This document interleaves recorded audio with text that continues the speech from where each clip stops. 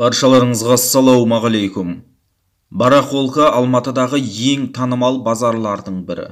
Оның жетекшісі болып табылатын Данияр Әбдіғаппаров мырза дәл қазіргі базардағы жағдай туралы былай деп баяндады. Алтын Ордада студент кезімнен бастап жұмыс істеймін. 2000 жылы осы Алтын Ордаға контролер болып жұмысқа кірген кезім еді. Ол кезде менің жасым 19-да болды. Алтынбек Әлпиев менің басшым болды. Сол басшының қызметінде істедім. Алтын Орданы басып алу тексерістен басталды.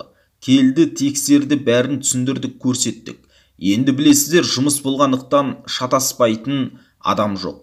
Жұмыста әрбір адам шатасуы мүмкін.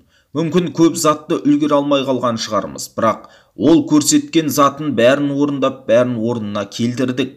Налогын да төледік, съездің де жағдайын жақсарттық. Өрт қауіпсіздігін де дұрыстадық.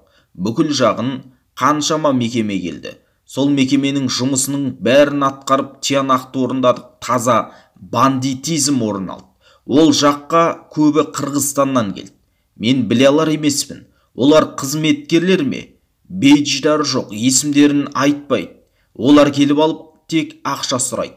Жаңа әкімшіліктің жұмыс істеп жатқанына 8 күн болды. Ешқандай зертханалық зерттеусіз. Лаборатория бар, оларды қуып жіберді. Баға көтерілді, халық ашулы, осы күнге дейін наразылық жалғасуда. Оларды тоқтатуға менің күшім жетер емес дейді базардың директоры болып табылатын Данияр Әбдіғаппаров мырза. Естеріңізге сала кетейік.